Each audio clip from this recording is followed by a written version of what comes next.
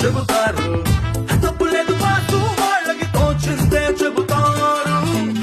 నువ్వు కోరుకుందేంటో నీకు ఎది సూట్ అవుతుందో అర్థమయ్యేలా చెప్పకుంటే వాళ్ళు మాత్రం ఏం చేస్తారో మనమే క్లియర్ గా లేకపోతే అక్కడే వస్తుంది చిక్కు లేనిపోని భయాలు పెట్టుకుంటే వాట్స్ యు వాంట్